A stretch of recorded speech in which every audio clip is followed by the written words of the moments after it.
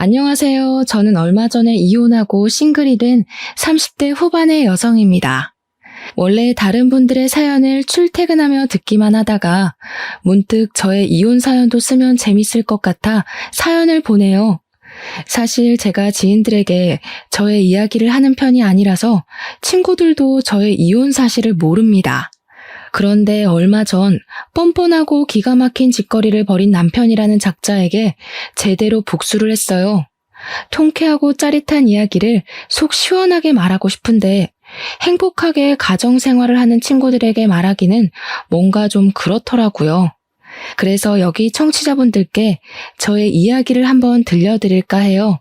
끝까지 잘 들어주세요. 저와 남편은 결혼 전 같은 회사에 다녔습니다. 남편은 정규직, 저는 계약직이었는데 남편은 선배 사원들은 물론 계약직 사원들에게까지 친절하고 어려운 부탁도 잘 들어주었어요. 그런 모습이 좋아 보였던 저는 남편에게 호감이 생겼고 그 후 연애를 한 뒤 결혼까지 앞두게 되었죠. 결혼을 생각하고 처음으로 시댁에 갔던 날 저는 시어머니를 보고 깜짝 놀랐습니다. 시어머니가 저를 어릴 때 키워주셨던 돌아가신 할머니와 쌍둥이가 아닐까 싶을 정도로 닮으셨더라고요. 시어머니는 저를 반기시거나 제게 웃음을 보이시지는 않았지만 그래도 참 좋았답니다. 시댁은 우리 집에서 30분 거리에 있는 수도권 근교의 시골 마을이었어요. 시아버지는 예전에 돌아가셨고 시어머니는 농사를 지으시면서 수확한 농작물을 인터넷으로 판매하고 계셨습니다. 우리는 결혼을 준비하며 서로의 금전 상태를 공유했는데 남편은 직장 생활을 오래 한 것에 비해 모은 돈이 얼마 없었어요. 왜 그런가 했더니 그동안 월급의 절반을 시어머니께 드려서 저축할 수가 없었더라고요. 지금까지는 그렇게 살았어도 결혼 후에는 이렇게까지 용돈을 드리는 것은 무리일 것 같아 저와 남편은 결혼 전 시어머니를 뵙고 이 부분에 대해 확실히 말씀드렸습니다. 아무래도 말씀드리지 않고 용돈을 줄여버리면 시어머니께서 난처한 부분이 생길 수도 있을 것 같았거든요. 시댁을 찾아가 남편이 먼저 용돈을 줄여야 할 것 같다는 이야기를 꺼내니 시어머니는 표정이 좋지는 않으셨어요. 아직 둘이 살림을 합치지도 않았는데 벌써 이 어미 용돈 줄일 생각부터 하냐? 엄마로서는 조금 서운하구나. 그래도 이해해줘요. 앞으로 우리 둘이 아기도 낳고 먹고 살려면 빠듯해. 요새 집값이며 물가도 다 고공행진이고 서운해만 하시지 말고 이해 좀 해줘요. 이놈이 그동안 이 어미가 키워준 건 생각 안 하고 벌써 여자한테 휘둘려서는 제가 그러라고 시키디? 그게 아니라 나도 이제 가장이 되어보니 현실적인 금전적인 문제들도 보이고 해서 못난 놈, 내 아들 등쳐먹는 못된 엄마 아니냐 알겠다. 상황이 이러니 어쩔 수 없지 뭐.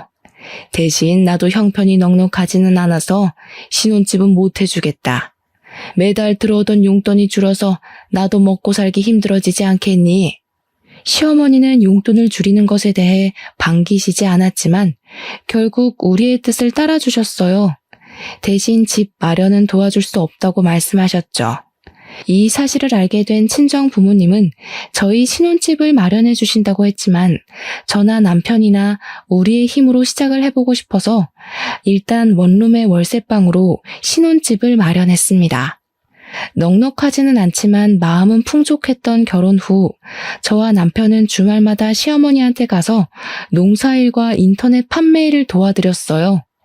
사실 주말에는 집에서 쉬고 싶기도 하고 남편과 단둘이 오붓한 시간을 보내고도 싶었지만 남편이 어머니 혼자 농사 일하기 힘들어하셔서 걱정된다고도 하고 시어머니가 돌아가신 할머니 같다는 생각에 피곤해도 좋은 마음으로 시댁에 갔습니다. 그렇게 3개월이 지났고 결혼 전부터 다녔던 회사와의 계약이 끝났어요. 그래서 저는 회사를 관두고 새로운 일을 구하려 했으나 경기가 어려워서인지 면접 보러 오라는 연락조차 받지 못했습니다. 그 덕에 전 생각지도 못하게 전업주부가 되었죠. 회사 생활을 하다가 집에 있으려니 몸은 편하기는 하지만 이제 사회에서는 제가 쓸모가 없어졌다는 생각에 마음이 울적하더라고요. 하지만 저와는 다르게 시어머니는 점점 바빠지셨습니다. 시어머니의 농작물 판매가 입소문이 나면서 주문량이 많아지기 시작했고 시어머니 혼자 처리하기 힘든 상황까지 되었죠. 하루는 집에 있는데 시어머니한테 전화가 왔어요. 얘야, 이제 나도 나이가 먹어서 일하기가 너무 힘들구나. 지금 주문도 너무 많아서 나 혼자 모든 일하기가 벅차. 너 지금 회사 계약이 끝나서 집에 쉬고 있다고 들었는데 여기 와서 나 좀 도와주지 않을래? 사실 시어머니의 이런 부탁이 편하게 들리지는 않았지만 돌아가신 할머니가 꼭 제게 부탁하신 것 같아 무시만 할 수 없었어요. 그래서 많은 고민 끝에 시댁과 같은 동네의 자그마한 주택으로 이사를 하게 되었고 저는 시어머니의 일을 도우며 시댁의 모든 대소사에 다 참여했습니다. 힘들기는 했지만 제가 시댁의 유일한 며느리에다가 회사에 다니는 것도 아니었으니 당연히 해야 할 일이라고 생각했어요. 일 자체는 크게 힘들지 않았습니다. 생각보다 저는 도시 생활보다 시골 생활이 더 재밌었고 음식 만드는 것은 결혼하기 전부터 좋아했던지라 문제가 없었어요. 다만 시어머니는 항상 동네 사람들 앞에서 자신이 엄청 좋은 시어머니인 것처럼 말하고 다녔습니다. 여기에 종종 올라오는 사연처럼 며느리를 괴롭히거나 막말을 하지는 않았지만 그래도 시어머니는 시어머니였어요. 항상 은근슬쩍 맛있는 음식들은 남편이 먼저였고 밥도 남편은 따뜻한 밥, 저에게는 매번 찬밥을 주셨죠. 결혼 후 처음으로 맞았던 제 생일날이었습니다.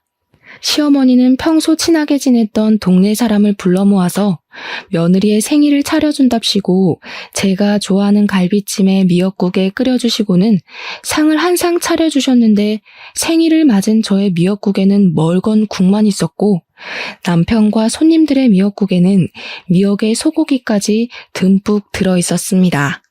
그리고 갈비찜은 상 가운데가 아닌 남편 앞에 자리를 잡았는데 저는 남편과 대각선 반대 방향에 앉아 있어서 팔도 닿지 않았어요. 게다가 밥도 부족한 상황이 되자 시어머니는 남편과 손님들에게는 따뜻한 밥을 대접하시고 제게는 점심때 먹다 남은 찬밥을 주셨습니다. 어머니, 제 생일을 기억해 주시고 미역국을 끓여주신 건 감사한데 제 국에는 고기는커녕 미역도 없네요. 게다가 밥도 저는 찬밥이고요. 내가 음식을 부족하게 준비해서 미역국도 부족하고 밥도 부족하지 뭐니. 그런다고 기껏 초대한 손님한테 대충 대접해 줄 순 없잖아. 그러니 그냥 네가 좀 넘어가 주지 않으련? 그래, 그냥 먹어. 그래도 우리 엄마가 자기 위해서 내 생일에는 해주지도 않던 갈비찜까지 해주셨잖아. 세상에 이런 시어머니가 어딨어? 이럴 때는 그냥 감사합니다 하고 먹는 거야. 남편은 자기 앞에 있던 갈비찜을 우걱우걱 뜯어먹으며 저에게 이야기하는데 정말 꼴보기가 싫더라고요. 애초에 동네 분들을 초대한 시어머니가 국이며 밥을 넉넉히 준비하면 이런 난처한 상황은 없었을 거 아닌가요? 무엇보다 저는 그냥 남편과 단둘이 오붓한 생일을 바랬는데 시어머니가 굳이 이런 생일상을 차리신 이유가 동네 사람들에게 착한 시어머니처럼 보이고자 하려는 것 같아 기분이 썩 좋지는 않았습니다. 그래, 새색시가 이해해. 우리처럼 나이 먹으면 잘하던 음식도 못하게 되고 그래. 그래도 시어머니가 며느리 생일이라고 동네 사람들 불러 모아서 잔치상도 차리고 새색시 아주 복받았네. 나 때는 시어머니한테 미역국 얻어먹는 거 상상도 못했어. 생일이라고 말도 못 꺼냈다고. 아마 내 시어머니는 죽을 때까지 내 생일이 언젠지도 모르셨을 거야. 동네 할머니들이 하나같이 입을 모아 시어머니가 생일이라고 상을 차려주는 것이 어디냐고 하시는데 거기서 더는 말하기가 어려웠습니다. 저는 어쩔 수 없이 찬밥에 미역국을 말아서 먹었고 남편은 따뜻한 밥에 갈비찜을 아주 맛나게 먹었죠. 그리고 며칠 뒤 주말이라 시댁에 가서 밥을 먹었는데 또 시어머니는 또 찬밥을 주셨습니다. 그래서 이번에는 대놓고 남편의 따뜻한 밥과 제 찬밥을 바꾸었어요. 그 모습을 본 시어머니는 표정이 싸늘하게 굳었습니다. 너 지금 뭐 하는 짓이냐? 어떻게 하늘 같은 남편의 밥을 네 밥과 바꿔? 저도 집에서는 가장 따뜻한 밥 먹고 살았어요. 그런데 어제도 그러고 오늘도 그러고 계속 제게 찬밥만 주시니까 부당하다는 생각이 들어서요. 그리고 제가 이렇게 건강해 보여도 찬 음식 자주 먹으면 꼭 체하더라고요. 너는 항상 집밥을 먹지만 우리 아들은 밖에서 뭘로 만들었는지도 모르는 식당밥 먹고 다니는데 집에서라도 당연히 따뜻한 밥을 먹여야 하는 거 아니야? 어머니, 저도 집에서는 귀하게 자란 딸이에요. 막말로 제가 집에서 놀기만 하는 것도 아니고 어머니랑 같이 일하는데 저도 따뜻한 밥 먹을 권리 있다고요. 너는 결혼 전에도 다달이 우리 아들이 내게 주던 돈도 줄이더니 참 당돌하네. 옛날에는 시어미 말에 며느리들이 아무 말도 못했는데 정말 세상이 어찌 돌아갈는지. 아이고, 억울해서 못 살겠다. 에이, 밥 안 먹으련다. 시어머니는 결국 화가 나 큰 방에 들어누웠고 남편은 꼭 밥상머리 앞에서 눈치 없이 그렇게 행동해야겠냐며 저를 구박했습니다. 다음날 남편은 회사에 출근하고 저는 시어머니가 걱정돼 아침부터 시댁에 찾아갔어요. 시어머니는 여전히 머리를 싸매고 누워 계셨고 시어머니의 소식을 들은 동네 할머니들이 시모가 걱정돼서 집에 오셨습니다. 저는 집에 오신 분들에게 과일이라도 대접하려고 부엌에서 주전부리를 꺼내 시어머니가 누워 계신 큰방 앞으로 갔어요. 형님, 며느리가 나 일 도와준다고 여기 온 건 너무 고마운데 며느리 눈치 보느라 너무 힘들어 죽겠어. 생일이라고 내가 며느리 생일상도 차려 어제는 밑반찬 몇 개 해놨으니 가지러 오라고 할 겸 같이 저녁을 먹었는데 내가 노망이 났는지 또 밥을 적게 했지 뭐야. 그래서 나는 밥 한 숟갈도 못 뜨고 며느리한테는 찬밥이라도 줬지. 그런데 그거 가지고 나한테 따박따박 대들더라니까. 말년에 아들이랑 같이 산다고 되게 부러웠는데 또 그렇지만도 않네. 나라도 진짜 억울했겠어. 이렇게까지 며느리 생각하는 시어머니가 세상에 어디 있다고 말이야. 젊은 년이 버르장머리만 없어서 내가 어떻게 한 소리 해? 그러지는 마셔. 아무리 며느리라지만 남의 집 귀한 따님인데 그러면 쓰나. 그래도 내 옆에서 같이 일도 도와주잖아. 간간히 용돈도 주고 말이야. 비록 며느리 때문에 용돈이 줄기는 했지만 그래도 그게 어디야? 저는 시어머니가 동네 어르신들에게 하는 이야기를 들으니 정말 어이가 없었습니다. 그래도 일단 손님들 대접은 해야겠기에 방문을 여니 이미 동네 어르신들은 시어머니의 이야기만 듣고 저를 위아래로 훑으시며 혀를 끌끌 차고 계셨어요. 내가 솔직히 남의 집 일에 이래라 저래라 간섭하기는 싫지만 그래도 내가 한마디만 할게. 솔직히 세상 천지에 며느리에게 밥상 차려다 주는 시어미가 어디 있니? 기왕에 시어미 도우러 여기 왔으면 좀 잘 좀 모셔. 이게 뭐니 이게? 어르신들이 얼마나 저에게 역정을 내시던지 저는 그 자리에 그대로 굳어버렸고 그 모습을 뒤에서 지켜보던 시어머니는 아주 만족스러운 표정을 짓고 계셨어요. 저는 시댁에서 집으로 돌아와 이렇게 살다가는 평생 시어머니와 남편에게 큰 소리도 못 내보고 당하고만 살 것 같다는 생각이 들었습니다. 사실 시골에서 살고 있고 아기도 없어서 돈 나갈 일이 많이 없기는 하지만 지금은 남편의 돈으로 생활을 꾸려나가다 보니 아무래도 돈을 쓰고 장을 볼 때마다 어쩔 수 없이 남편 눈치가 보였어요. 그래서 더 남편과 시어머니한테 아무 소리 못하고 가만히 있을 수밖에 없었습니다. 그래서 돈을 벌어야겠다는 생각에 저는 아르바이트라도 하려고 했으나 외진 동네이다 보니 마땅한 일자리가 보이지 않았어요. 저는 오랜 고민 끝에 시어머니처럼 인터넷 쇼핑몰을 열어보기로 했습니다. 일단 여기저기서 쇼핑몰을 효율적으로 운영하기 위한 공부를 시작했고 오전, 오후에는 시어머니의 일을 도왔고 저녁과 밤에는 저의 쇼핑몰 일을 했어요. 다행히 한두 개씩 판매가 되기 시작했고 수익만으로 먹고 살 만큼은 아니어도 한 달에 100만 원 정도는 벌 수 있었습니다. 남편과 저는 각자의 일로 아주 바쁘게 시간을 보내고 있었던 어느 날이었어요. 그날은 꿈자리가 왠지 모르게 뒤숭숭했습니다. 제가 원래는 머리만 대면 코를 골며 자고 꿈도 거의 꾸지 않는데 그날은 이상스러우리만큼 악몽을 꿨어요.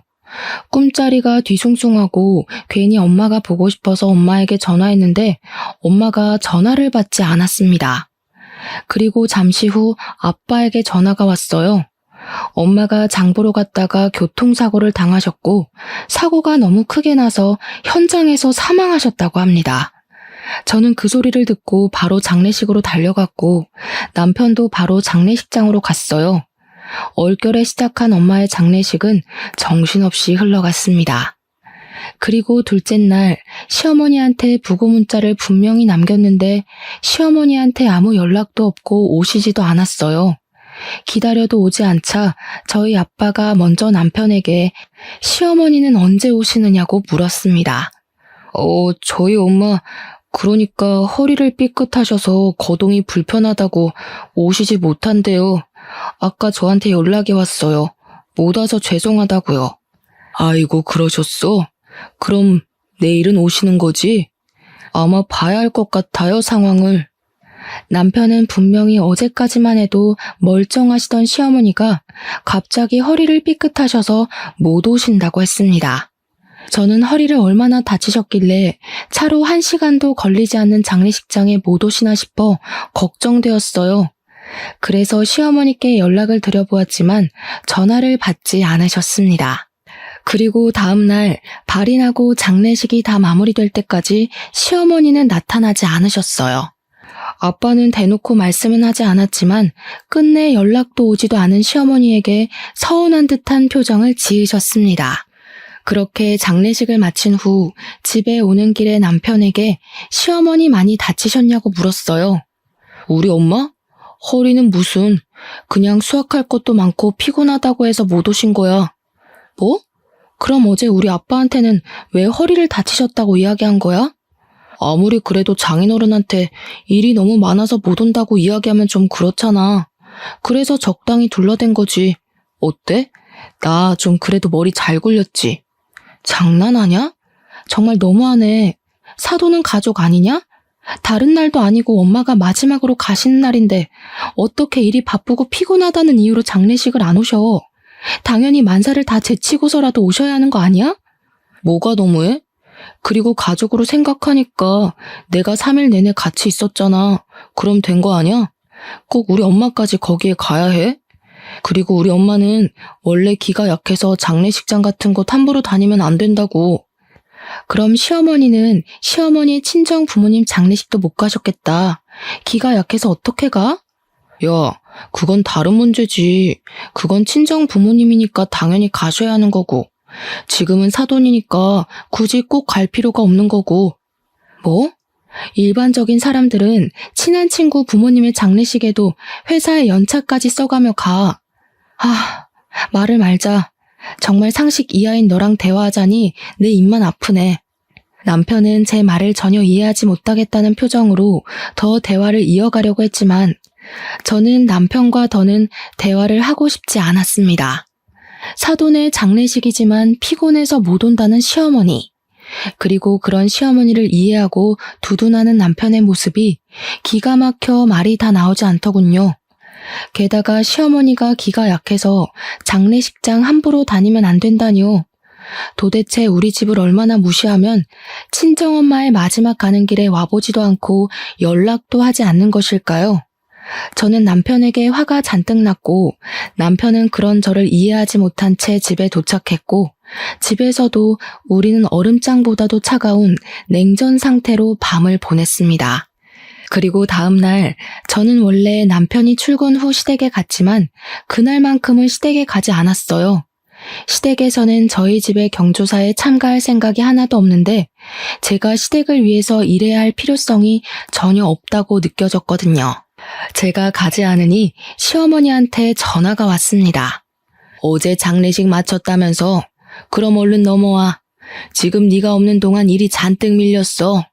솔직히 전 시어머니한테 전화가 오길래 당연히 이래저래 해서 못 갔다. 미안하다. 엄마는 잘 보내드렸냐고 물어볼 줄 알았습니다. 사람이라면 그게 당연한 예의 아닌가요? 그런데 시어머니는 잘 다녀왔냐는 말은커녕 일이 밀렸으니 빨리 오라고만 하셨어요. 어머니, 솔직히 어머니한테 너무 서운해요. 아무리 그래도 사돈인데 어떻게 그렇게 연락도 없고 오시지도 않으세요. 죽을 사람은 죽더라도 할 일은 해야 하지 않겠니? 그리고 여자는 결혼하면 친정과는 연을 끊어야 해. 너도 그 생각으로 여기까지 온 거 아니야? 솔직히 나는 너 발인 때만 갔으면 했다. 무슨 여자가 친정엄마 돌아가셨다고 3일 내내 있으려고 그래? 그게 지금 무슨 말씀이세요? 그러면 딸들은 친정엄마가 돌아가셔도 장례식장에 가면 안 된다는 말씀이세요?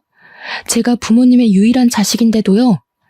솔직히 장례식장에서 딸이 할 일이 뭐가 있니?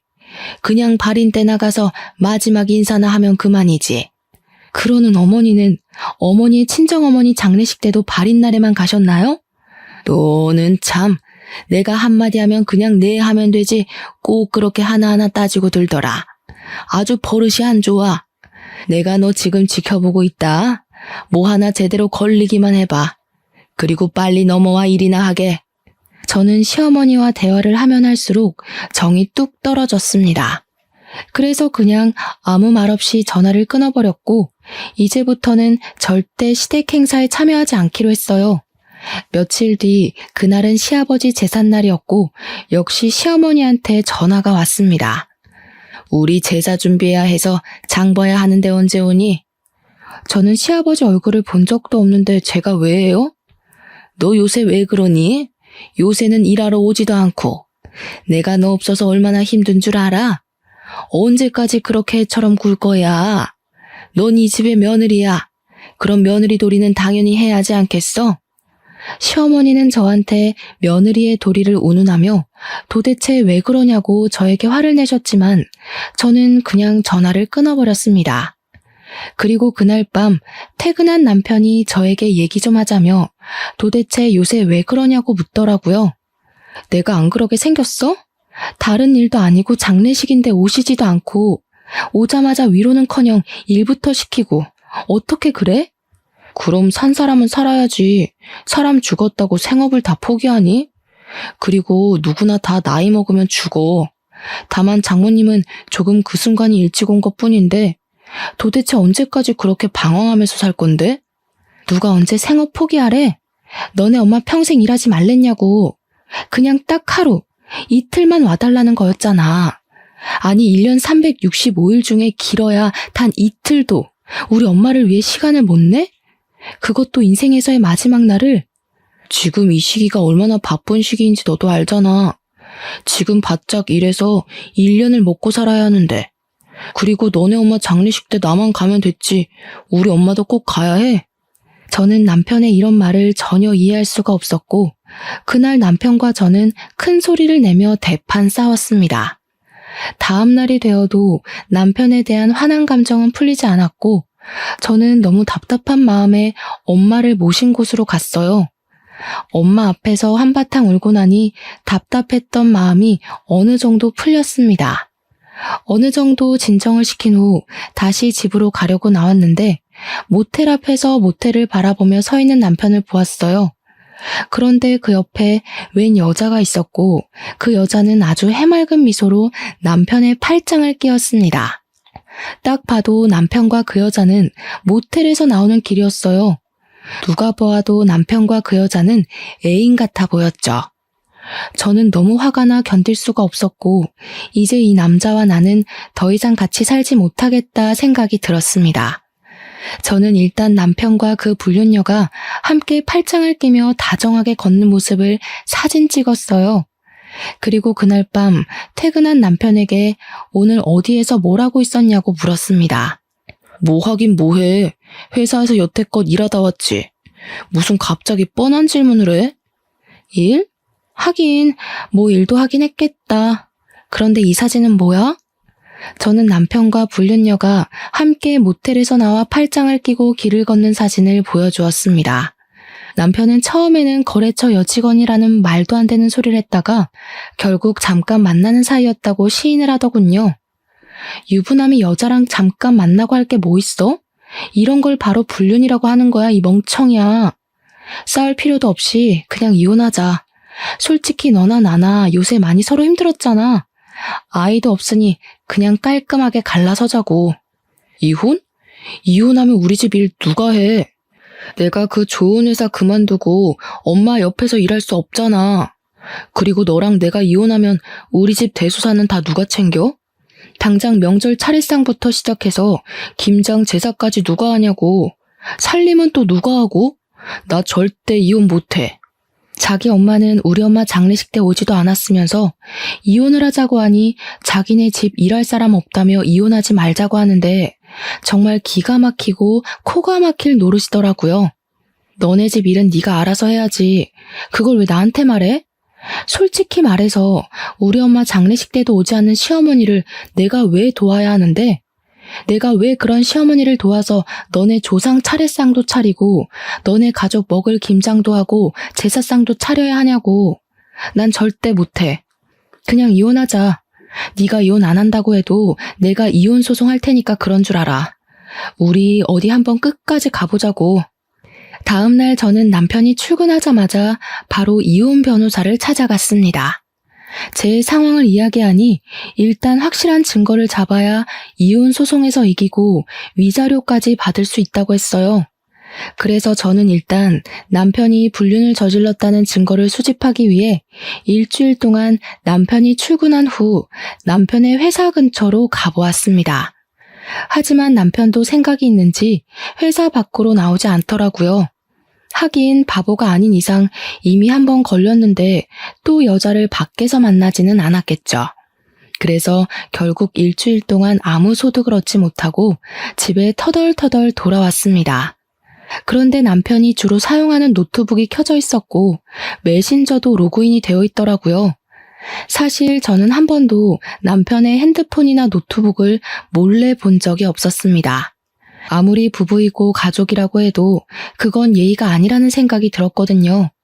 그런데 이렇게 된 이상 저는 증거를 수집해야만 했고 그래서 남편의 메신저를 몰래 보았습니다. 남편의 메신저에는 어떤 여자와 사랑의 대화를 나눈 증거가 한가득 있더라고요. 저는 화가 너무 나서 터질 것만 같은 심장을 부여잡고 하나하나 차근차근 읽어보았는데 정말 욕이 절로 나왔어요.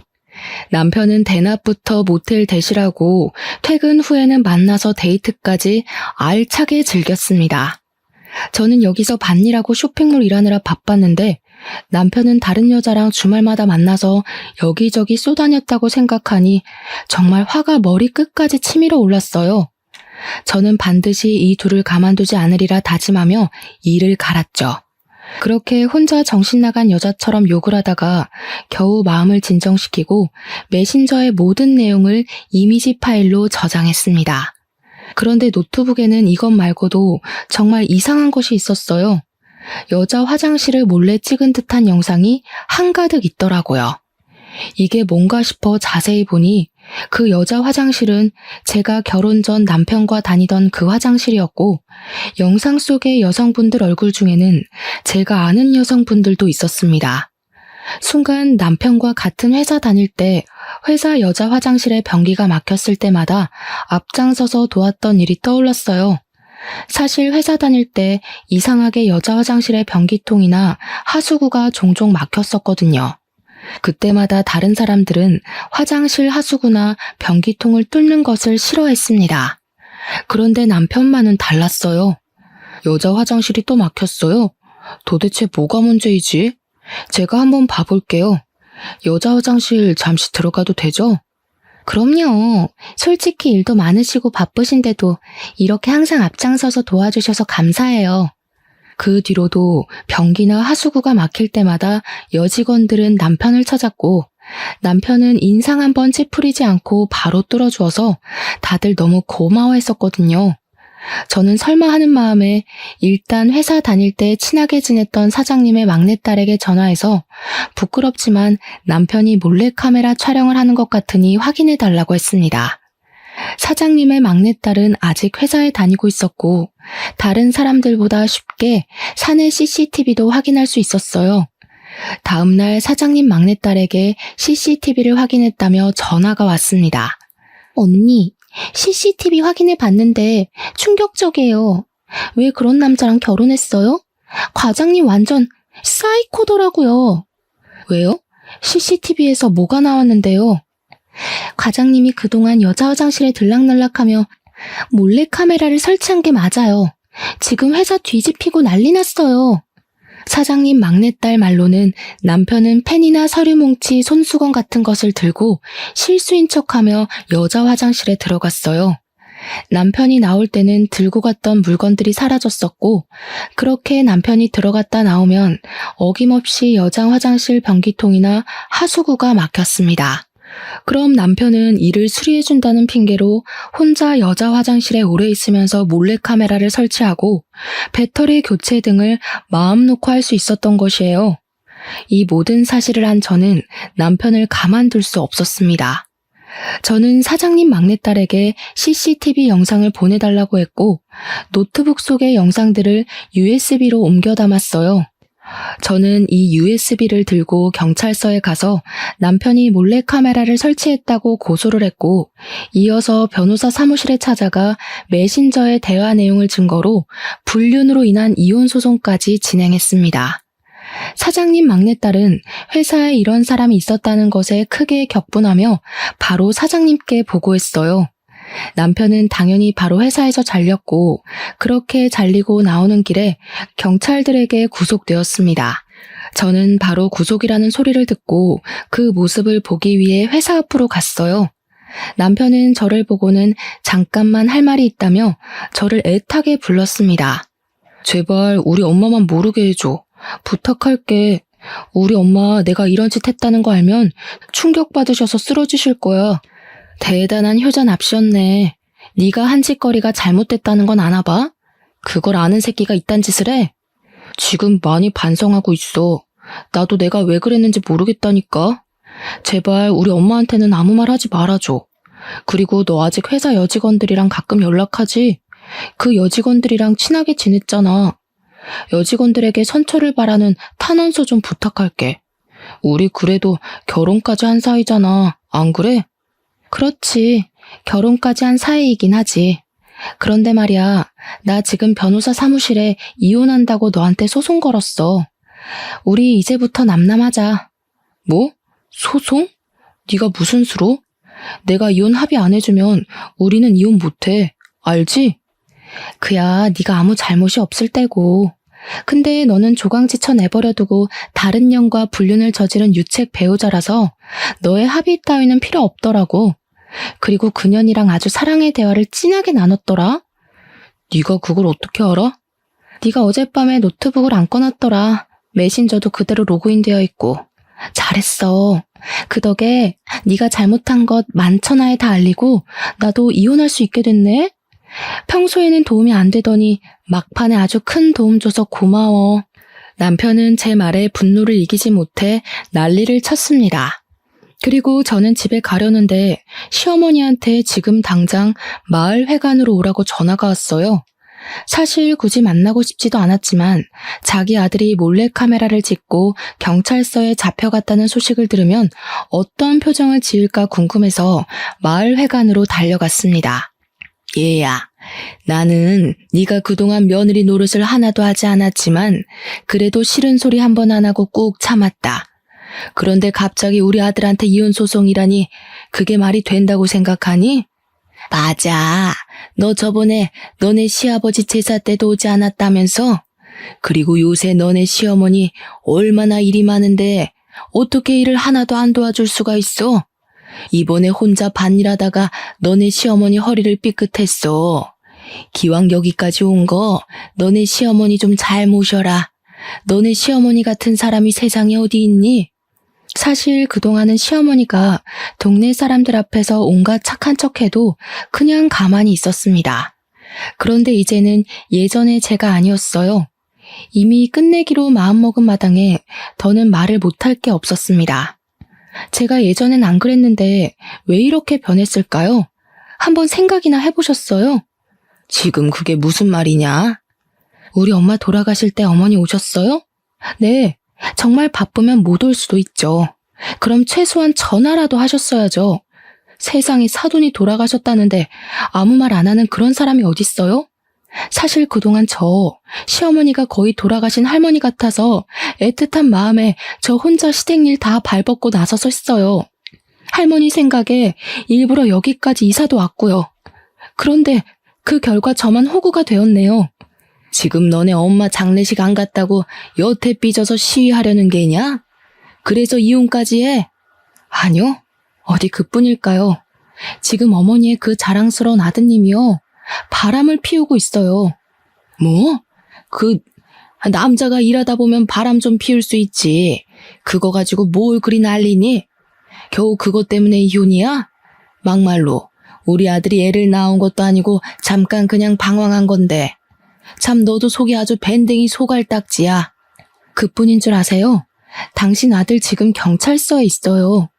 경찰서? 그게 무슨 소리냐? 우리 아들이 왜? 회사 여자 화장실에다가 몰래카메라를 설치했다지 뭐예요. 노트북에 여자 화장실 몰래카메라 사진이 쫙 깔려 있더라고요. 그래서 제가 경찰서에 그대로 넘겼더니 아줌마 아들이 구속돼 버렸어요. 뭐? 그걸 네가 고소했다고? 너랑 우리 아들은 부부의 연을 맺었어. 부부는 힘들 때 같이 하는 게 부부 아니니? 어떻게 너는 네 남편을 그렇게 경찰서에 홀라당 넘길 생각을 해? 네가 어떻게 우리 집에 이렇게 뒤통수를 때려? 어떻게? 이 못돼 먹은 년. 시어머니는 제게 못된 년이라고 하면 난리였지만 아까와는 다르게 다른 할머니들이 아무도 시어머니의 말에 동의하지 않았습니다. 오히려 시어머니를 곱지 않은 시선으로 바라보았죠. 형님들, 저것이 내 아들을 경찰서로 잡아넘겼대요. 이게 말이나 됩니까? 아이고, 집에 여자 잘못 들여서 이게 지금 뭔 난리야. 아이고, 나 죽네.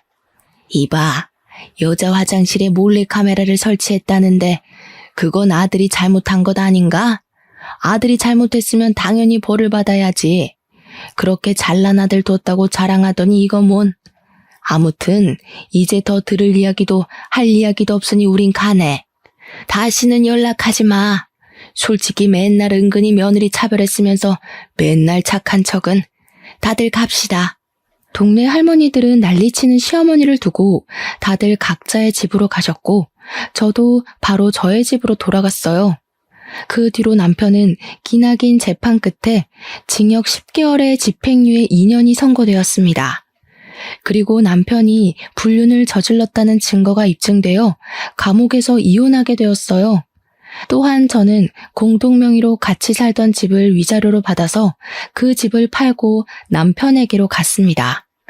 아빠는 이혼하고 온 딸에게 그동안 고생했다고 하며 아빠가 일하시는 회사에 빈자리가 하나 있으니 거기서 다시 시작해보라고 권하셨어요.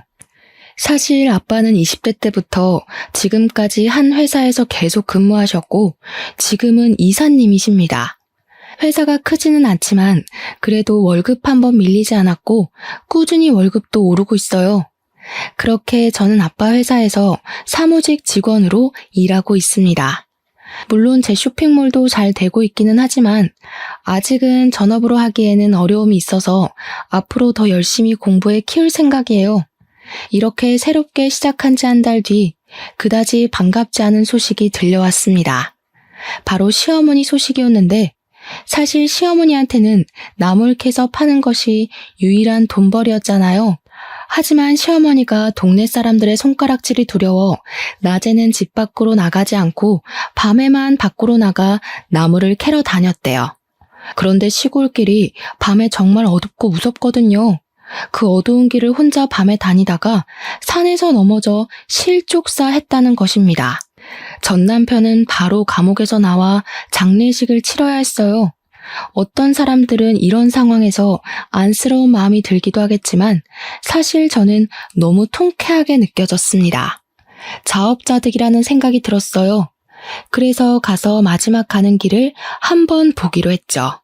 부조금을 얼마 넣을까 하다가 생각해보니 남편과 시어머니 둘 다 우리 엄마 돌아가셨을 때 부조금을 아예 안 냈더라고요. 그래서 그냥 빈손으로 가려다가 그것은 예의가 아닌 것 같아 부조금을 아주 약간 준비했습니다. 단돈 1,000원이요.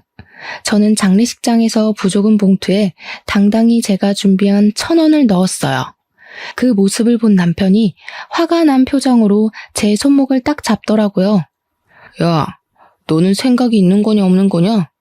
여기에 네가 왜 와? 그리고 부조금 꼴랑 1,000원? 지금 장난하냐? 1,000원은 뭐 돈 아니니? 그리고 너랑 너네 엄마는 우리 엄마 돌아가실 때 부조금 냈어? 생각해보니까 너네 가족 우리 엄마 돌아가실 때 부조금 한 푼도 안 냈더라? 그보다는 1,000원이 더 낫지 않아? 그래도 1,000원이면 껌 하나는 씹으며 저승길 가실 수 있겠네. 지금 사람 놀리냐? 야, 솔직히 말해서 네가 그 파일들 경찰서에 넘기지만 않았어도 일이 이렇게 안 됐어. 그래도 잘 나가던 내 인생 이렇게 나락으로 보냈으니 네가 날 책임져야 하는 거 아니야? 그러게 평소에 네가 행실 똑바로 했었어야지. 아, 이미 다 끝난 마당에 너랑 말싸움해서 뭐하니? 그래도 너네 엄마 일은 좀 안 됐긴 하네. 이게 바로 자업자득, 인과응보라고 하는 건가? 말 가려서 해라. 내가 진짜 너 만나서 되는 일이 없어. 너 때문에 감옥도 가고 엄마도 돌아가시고. 전 남편은 자기가 그동안 잘못한 것은 생각도 하지 않은 채 모든 것을 다 제 탓으로 돌렸습니다. 감옥에 가서도 여전히 반성은 전혀 하지 않은 듯 했어요. 저는 전 남편의 이야기를 들으니 어렵게 잡고 있던 이성의 끈을 놓아버렸습니다. 그래서 장례식장 앞에 있는 여자 화장실로 들어가 대걸레를 들어왔어요. 대걸레는 뭐냐? 우리 엄마 마지막 가는 길 깨끗하게 가시라고 청소라도 해주려고? 아니, 아무리 봐도 네 머리에는 똥만 가득 찬 것 같아서 너 좀 청소 좀 해주려고. 저는 이 말과 동시에 대걸레를 전 남편의 얼굴에 비볐습니다. 야, 이 똥만 가득 든 놈아. 네가 걸레 같은 짓을 하고 다녀서 이렇게 된 건데 그걸 왜 내 탓을 해? 내가 생각할수록 어이없어서 그래도 여기서 싸우지는 않으려고 했는데 내가 괜히 왔다 싶다. 감옥 갔다가 나오면 걸레 같은 짓 그만하고 좀 똑바로 정신 좀 차리고 살아.